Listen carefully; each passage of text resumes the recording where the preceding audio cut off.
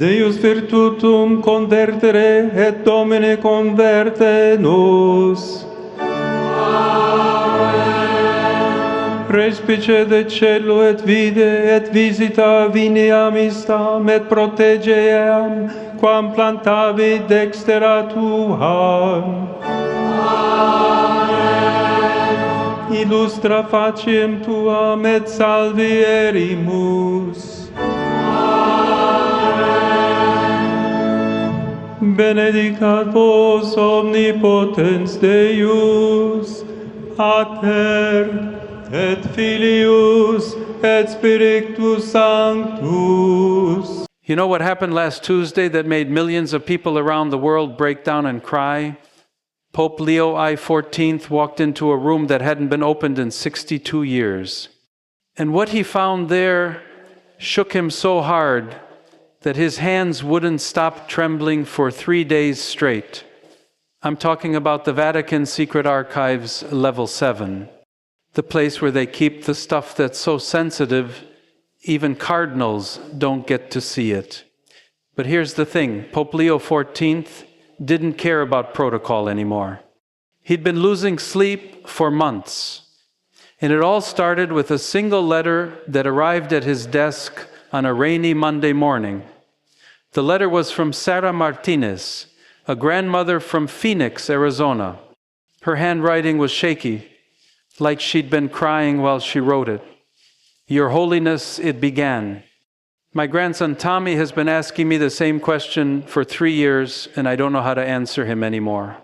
He says, Grandma, if God loves us so much, why doesn't he do miracles like he used to? What am I supposed to tell him? That letter hit Pope Leo XIV like a punch to the gut, because deep down he knew the answer and it was killing him inside.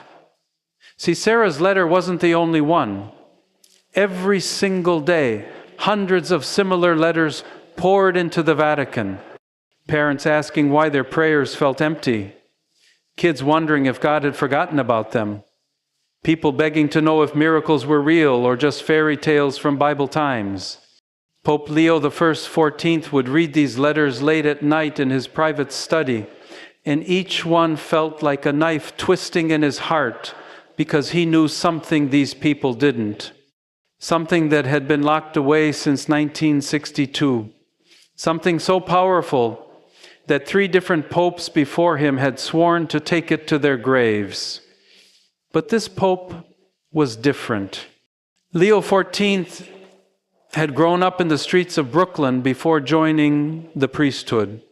He remembered what it felt like to wonder if God actually cared about regular people like him. He remembered praying desperately for his sick mother and feeling like his words just bounced off the ceiling. That's why, on that Tuesday morning, he made a decision that would change everything. I'm going to level 7, he announced to Cardinal Francesco, his closest advisor. Cardinal Francesco's face went white. Your Holiness, you can't be serious.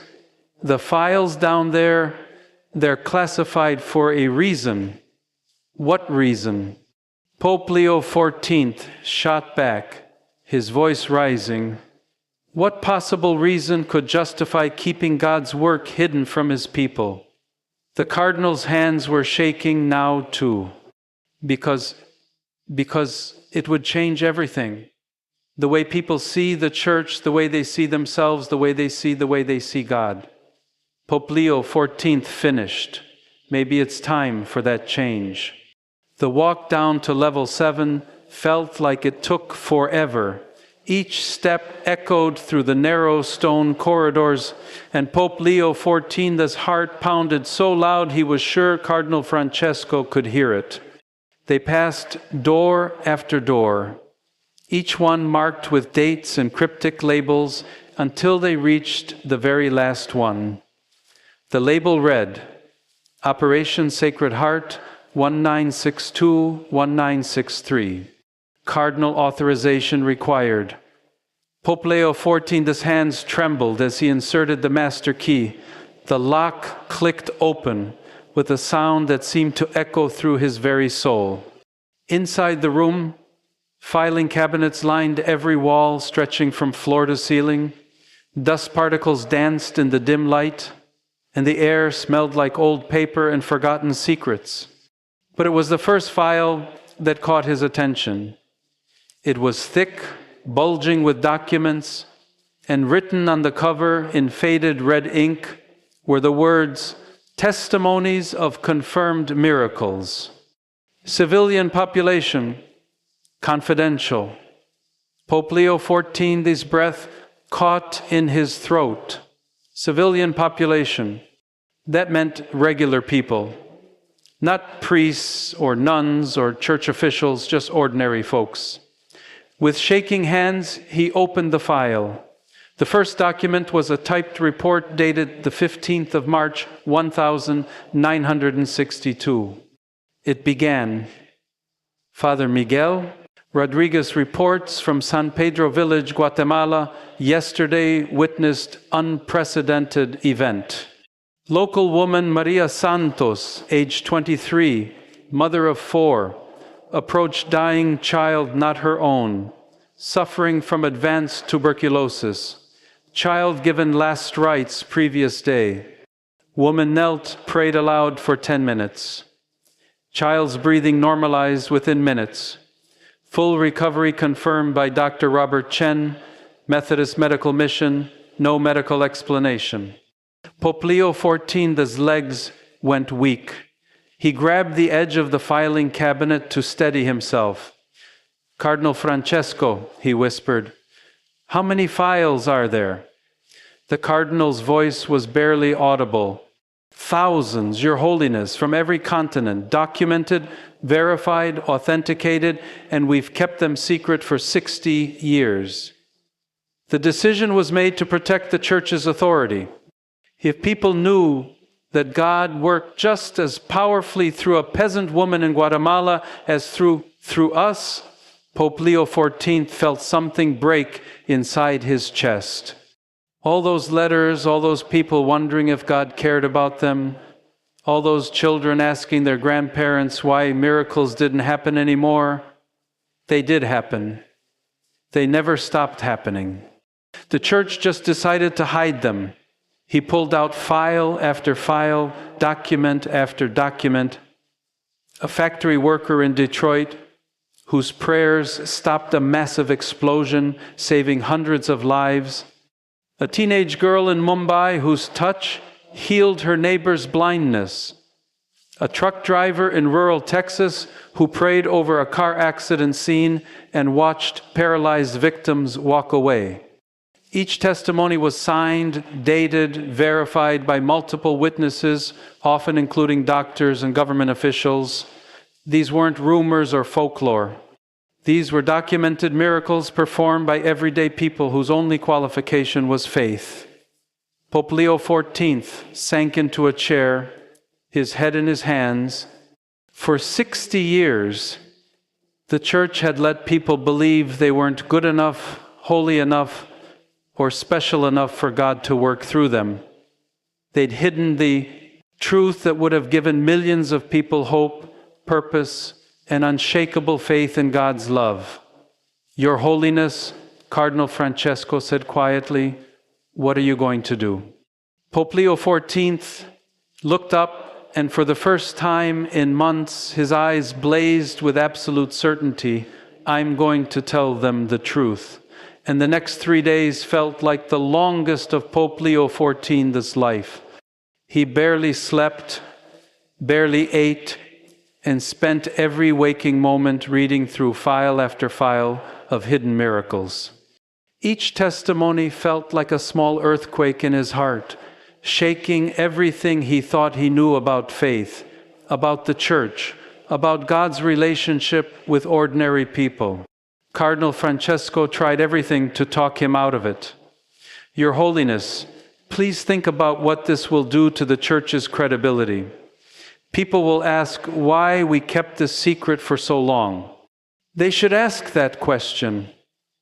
Pope Leo XIV replied, not looking up from a report about a janitor in Chicago whose prayers had stopped a school shooting. I'm asking it too. But it wasn't just Cardinal Francesco who was worried. Word had somehow gotten out among the Vatican's inner circle, and by Thursday morning, Pope Leo XIV found himself facing a room full of cardinals, bishops, and church officials, all of them looking like they'd seen a ghost. Cardinal Martinez from Spain spoke first. Your Holiness, we've served the Church faithfully for decades. We've protected its traditions, its authority, its sacred role in the world. What you're proposing, it could destroy everything we've built. Pope Leo XIV stood up slowly. In his hands, he held a photograph from 1963, a black and white image of Maria Santos, the young mother from Guatemala, kneeling beside a child who should have been dead. The child was sitting up, laughing, completely healthy. Tell me something, the Pope said, his voice calm but still hard. When this woman saved this child's life through prayer, was that God's work or not? Of course it was God's work. And when we decided to hide it, to act like it never happened, to let Maria Santos think she was crazy or making it up, was that God's work too? The room fell silent. You could hear a pin drop. Pope Leo XIV walked to the window overlooking St. Peter's Square. Even now, in the middle of a weekday, hundreds of people were gathered there. Tourists, pilgrims, locals, all of them looking up at these windows, hoping for a glimpse of something holy, something that would remind them that God was real. You know what breaks my heart?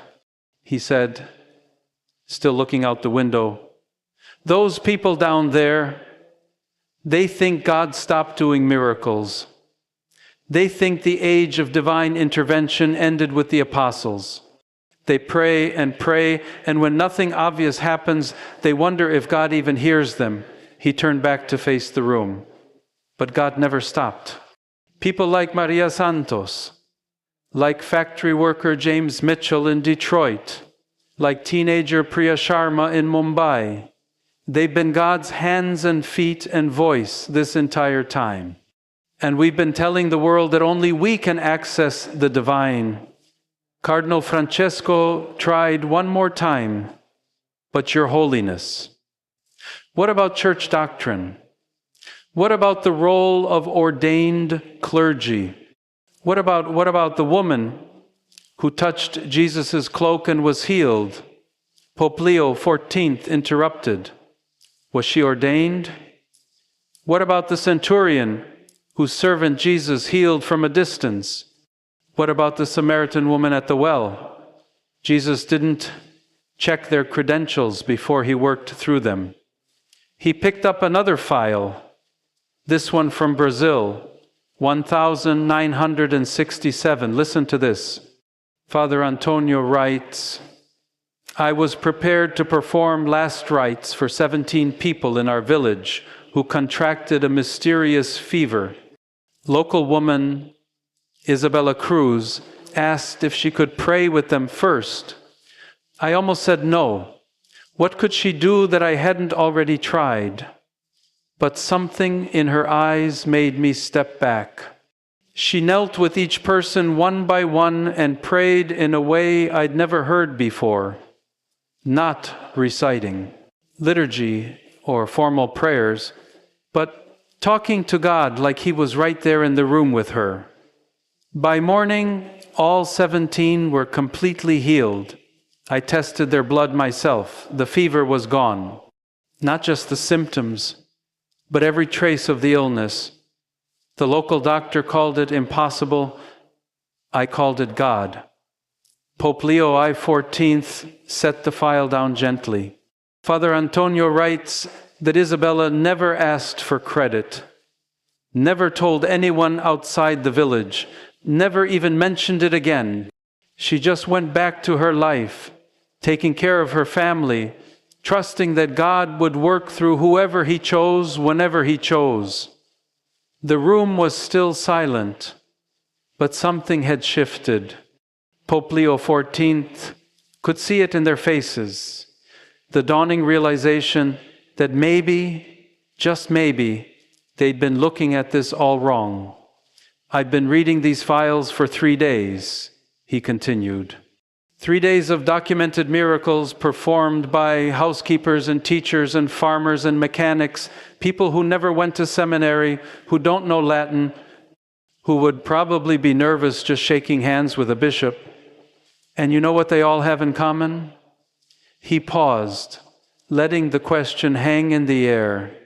Faith, pure, simple, childlike faith in a God who loves them so much that he trusts them with his power, not because they earned it, not because they're perfect, but because they believe. Cardinal Martinez cleared his throat. And what about the people who pray and don't see miracles? What do we tell them? Pope Leo XIV smiled for the first time in days.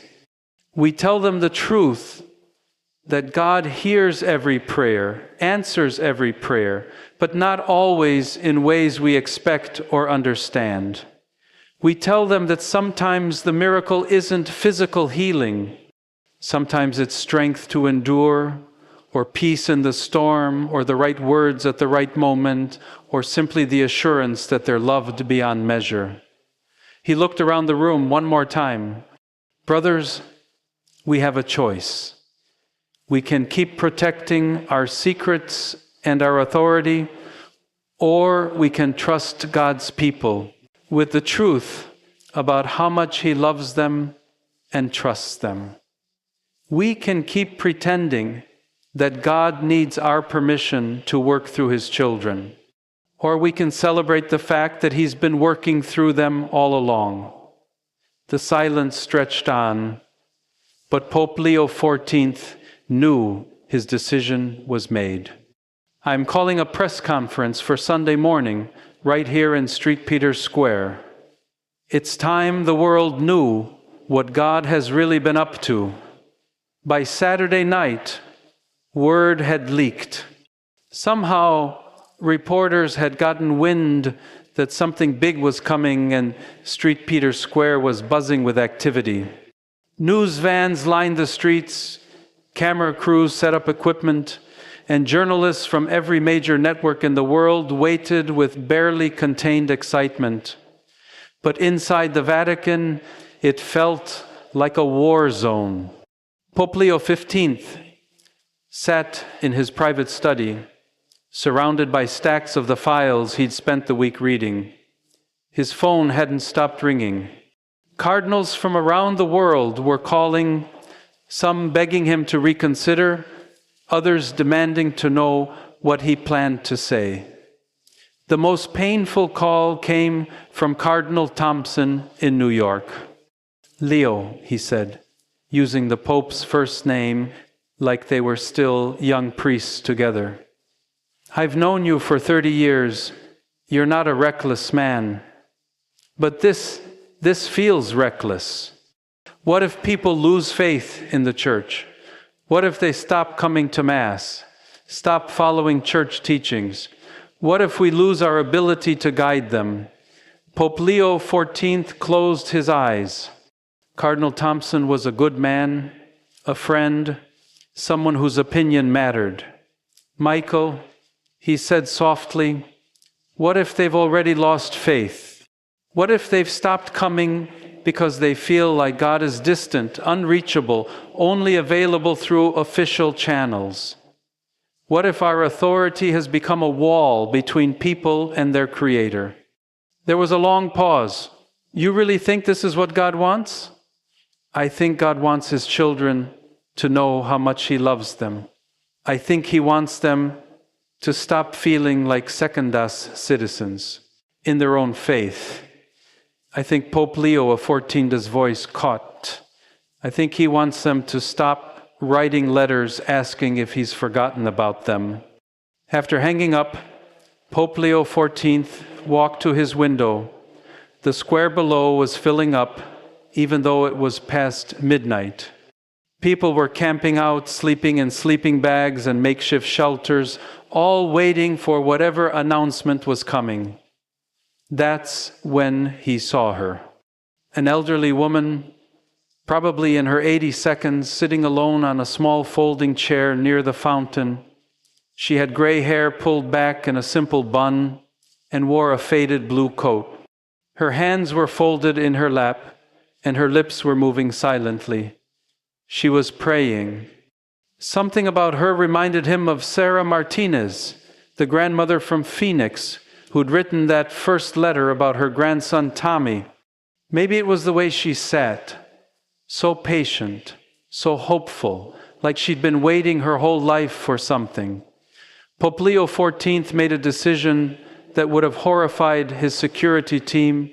He put on a simple black jacket, grabbed a flashlight, and slipped out through a side entrance he'd used as a young priest when he needed to clear his head. The woman looked up as he approached, and her eyes widened in recognition. But she didn't make a scene, didn't call out or draw attention. She just smiled, a smile so warm and full of faith that it nearly broke his heart. "Your Holiness," she whispered, "I'm Rosa Santos." Pope Leo XIV, this breath caught. "Santos, are you related to Maria Santos from Guatemala?" The woman's smile grew brighter. "She was my daughter. She passed away 10 years ago, but before she died, she told me something. She said that someday the Church would tell people the truth about what God can do through anyone who believes." Pope Leo XIV felt his knees go weak. He sat down on the edge of the fountain, not caring about protocol or dignity. "Your daughter, the little boy she healed, Miguel, he grew up to become a doctor. He saved thousands of lives, all because my Maria listened when God whispered to her heart that day." Rosa reached into her purse and pulled out a faded photograph. "This is them, the day after the healing. Look at Miguel's face. You can see the joy, the life that came back into his eyes." Pope Leo XIV stared at the photograph with trembling hands. The little boy was indeed glowing with health and happiness, and Maria Santos looked exactly like her daughter, humble, gentle, but with eyes that held unshakable faith. "Missus." "Santos," he said quietly, "tomorrow morning I'm going to tell the world about your daughter's miracle, about thousands of miracles performed by people just like her. But I need you to know, there are people who think I'm making a terrible mistake." Rosa Santos reached over and patted his hand like he was one of her grandchildren. "Your Holiness. Can I tell you something my Maria said to me the night before she died?" He nodded, not trusting his voice. She said, "Mama, God doesn't need the Church's permission to love His people, but maybe someday the Church will realize that it doesn't need to hoard God's love to be important. Maybe someday they'll understand that their job isn't to control God's power, but to help people recognize it when they see it." Pope Leo XIV felt tears running down his cheeks. She said that she did. And then she said, "When that day comes, Mama, miracles won't be the exception anymore. They'll be as natural as breathing, because people will finally understand that God trusts them with His love." Nay, they sat in comfortable silence for a few minutes, watching the early morning crowds begin to gather. Finally, Rosa Santos stood up and folded her chair. "I'll be in the front row tomorrow, Your Holiness, and I'll be praying for you." She paused. "Not for your success, but for your peace, because I think you already know you're doing the right thing." As she walked away, Pope Leo XIV felt something settle in his chest. The doubt, the fear, the weight of opposition. It was still there, but it no longer felt crushing. Rosa Santos was right. Deep in his heart, in that place where God's voice was clearest, he knew this was right. He stood up and looked out over the square, now filled with thousands of people from all over the world. Tomorrow their lives would change.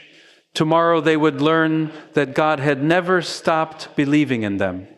Tomorrow the secret would finally be free. But tonight, for just a few more hours, Pope Leo XIV carried the weight of truth alone. Sunday morning dawned crisp and clear, and by 9:00 a.m., St. Peter's Square was packed with over 200,000 people. It was the largest spontaneous gathering in Vatican history, and the energy in the air was electric. People had traveled from every corner of the earth. Some had driven all night, others had flown halfway around the world, all drawn by the rumor that something unprecedented was about to happen. Pope Leo XIV stood at his window, watching the sea of faces below. In the front rows, he could see Rosa Santos, exactly where she'd promised to be. Near her sat a young man who looked remarkably like the boy in the photograph, Dr. Miguel, all grown up, probably in his 60 seconds now. Cardinal Francesco appeared at his elbow, making one final plea. Your Holiness, it's not too late. We could announce something else. A new charitable initiative, a call for peace. Anything but Francesco, Pope Leo XIV said gently. Look at their faces. Really look at them. The cardinal peered out the window. Below, families sat together on blankets. Children played between the rows. Elderly people leaned on walking sticks, with expressions of hope they probably hadn't felt in years. There were people in wheelchairs, people holding photographs of lost loved ones, people with tears already streaming down their faces, even though nothing had happened yet. They're not here for ceremony, Pope Leo XIV continued. They're here because something in their hearts told them that today something real was going to happen. Today they might finally hear that God sees them, knows them, loves them exactly as they are. At exactly 1000 a.m., Pope Leo XIV stepped onto the balcony of St. Peter's Basilica. The crowd erupted in cheers, but he raised his hand for silence. When the square finally quieted, you could hear birds singing in the distance. My dear brothers and sisters, he began, his voice carrying clearly through the sound system. I want to tell you a story. It's a story about a young mother named Maria Santos, who lived in a small village in Guatemala 62 years ago. He paused, his eyes finding Rosa Santos in the crowd. She was smiling through her tears, nodding encouragement. Maria was not a nun, she was not a priest, she had never studied theology or performed official church duties. She was simply a mother who loved her children, helped her neighbors, and talked to God like he was her closest friend. And one day when a little boy was dying and everyone had given up hope, Maria knelt beside his bed and prayed with such faith, such trust, such love that God healed him completely. The crowd was absolutely silent now, hanging on every word. This miracle was documented. It was verified by doctors, witnessed by dozens of people, and reported to the Vatican. And do you know what we did with this beautiful testimony of God's love working through an ordinary person? Pope Leo XIV's voice grew stronger, more passionate. We hid it. We buried it in our archives and classified it as confidential. We decided that the world wasn't ready to know that God works just as powerfully through a peasant woman in Guatemala as through anyone in these halls. Gasps rippled through the crowd. In the VIP section, cardinals shifted uncomfortably, but Pope Leo XIV pressed on. For 62 years, we have kept secret thousands of documented miracles performed by people just like you. Grandmothers and mechanics, teachers and farmers, teenagers and truck drivers, ordinary people who had extraordinary faith and whom God trusted with His power. He held up a thick file folder. This contains testimonies from every continent on earth. A factory worker in Detroit whose prayers prevented a massive explosion. A teenage girl in Mumbai whose touch restored her neighbor's sight. A janitor in Chicago whose faith stopped violence before it could start. Documented miracles, all of them, hidden miracles, forgotten miracles. The crowd was starting to murmur now, a low rumble of shock, confusion, and growing excitement. We told ourselves we were protecting the Church's authority. Pope Leo XIV continued, his voice rising. But the truth is, we were afraid. Afraid that if people knew how much God trusted them, they might not need us anymore. We forgot that our job isn't to control God's power. Our job is to help you recognize it when it appears in your lives. And that's when something incredible happened. From somewhere in the middle of the crowd, a woman stood up. She was probably in her 50s, wearing a simple yellow dress, and she was crying as she spoke. "Holy Father," she called out, her voice somehow carrying across the vast square. "My name is Jennifer Walsh from Boston, Massachusetts. Last year, my daughter was in a car accident. The doctor said she'd never walk again, but I prayed over her every single day, and I sang to her, and I told God that I trusted Him no matter what. And 3 months later, she took her first steps." The crowd gasped. Then another person stood up, an elderly man near the back. "I'm Robert Chen from San Francisco. I'm a doctor, and I don't understand what I saw. But when my patient, Maria Elena, was dying of cancer, her grandmother came in and prayed in Spanish for 6 hours straight. The next morning, every scan came back clean. I've never seen anything like it in 40 years of medicine." Now, people were standing up all over the square, sharing their stories, their testimonies, their experiences of God working through ordinary faith in extraordinary ways. Pope Leo XIV felt his heart soaring. This was it. This was what he'd hoped for. What Rosa Santos and her daughter Maria had envisioned. People realizing that they weren't second-class citizens in God's kingdom. They were His beloved children, trusted with His power, called to be His hands and feet in the world. "My dear friends," he said, his voice thick with emotion, "God has never stopped performing miracles. He has never stopped loving you. He has never stopped trusting you with His power. We just stopped telling you about it." He raised the file folder high above his head. Today, that ends. Today we begin the People's Miracle Archive, where anyone, regardless of education, position, or credentials, can share their testimony of God's work in their lives. The crowd erupted in cheers that seemed to shake the very foundations of St. Peter's Basilica. But Pope Leo XIV wasn't finished. And I want to say something to every person who has ever wondered if their prayers matter, if God hears them, if they're good enough for divine intervention. He paused, looking out over the sea of faces. You are enough. Your faith is enough.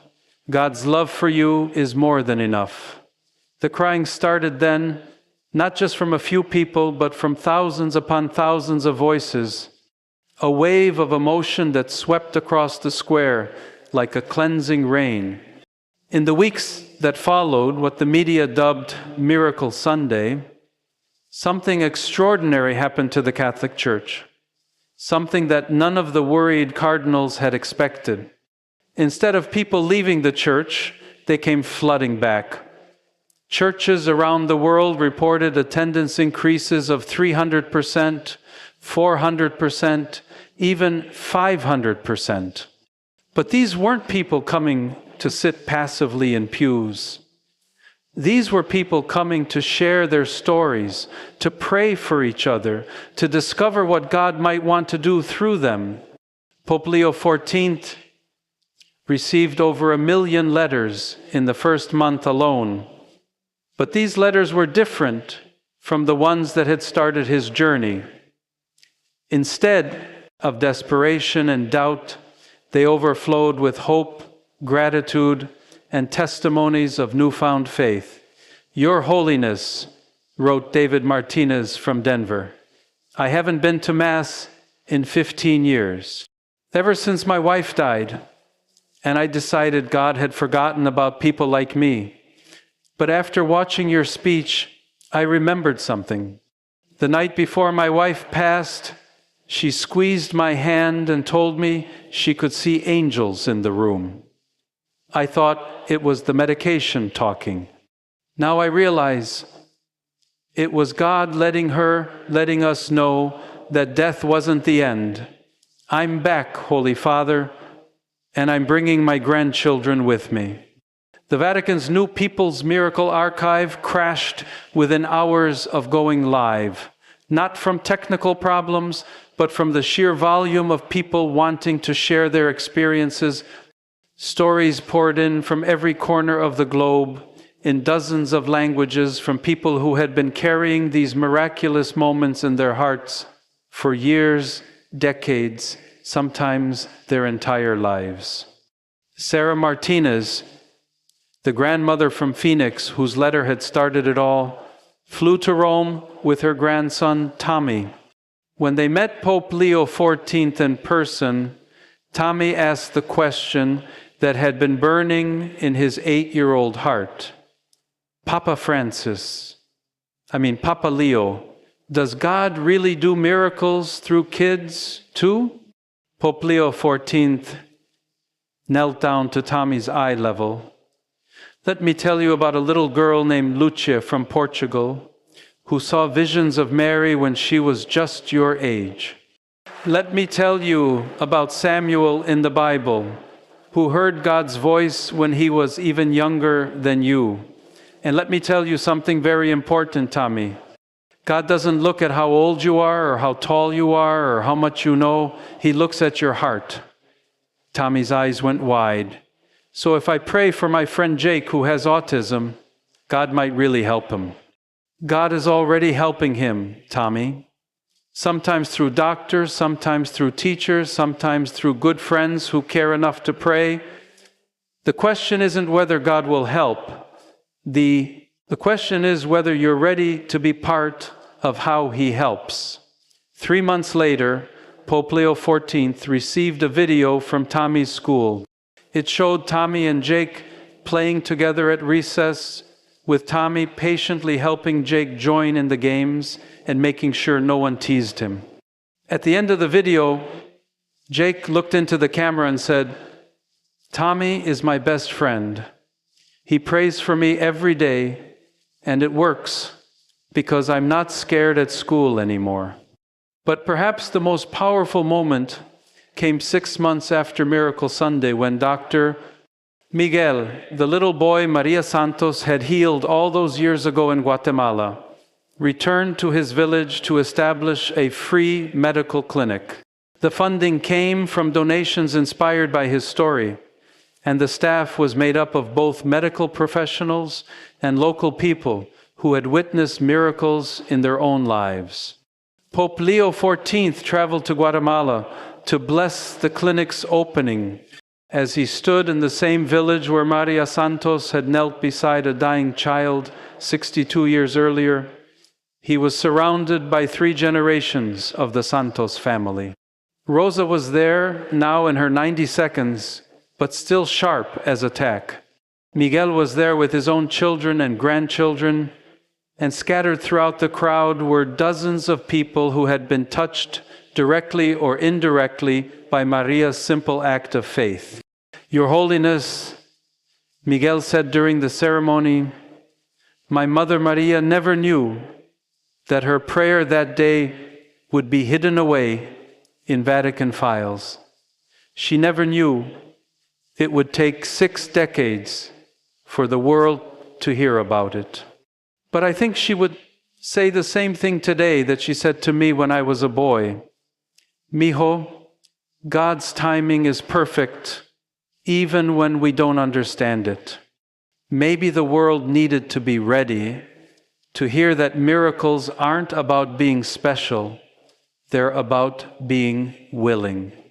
That night, as Pope Leo XV walked through the village, he stopped at a small shrine that had been built where Maria Santos's house once stood. Someone had carved her words into a stone marker. God doesn't need perfect people. He just needs willing hearts. As he knelt there in prayer, Pope Leo XIV thought about all the lives that had changed since that Tuesday morning when he'd first opened those classified files. He thought about children like Tommy, who now knew their prayers mattered. He thought about people like Jennifer Walsh, who had discovered that their faith was powerful enough to move mountains. He thought about the thousands of testimonies still pouring into the Vatican every day. But most of all, he thought about Sarah Martinez's original letter, the one that had started it all. Her grandson Tommy had asked why God didn't do miracles anymore, and she hadn't known what to tell him. Now she did. Now they all did. God never stopped doing miracles. He never stopped loving his children. He never stopped trusting ordinary people with extraordinary power. The Church had just forgotten how to tell them about it.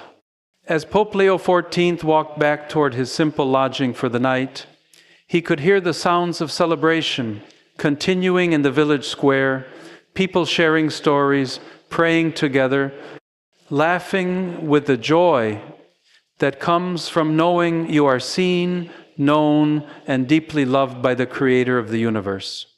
And somewhere in heaven, he imagined Maria Santos smiling, knowing that her simple prayer beside a dying child had finally become what it was always meant to be. Not a secret to be hidden, but a light to guide others home to faith. The secret was out. The truth was free. And millions of people around the world were discovering that they had never been forgotten. They had only forgotten to remember how much they were loved.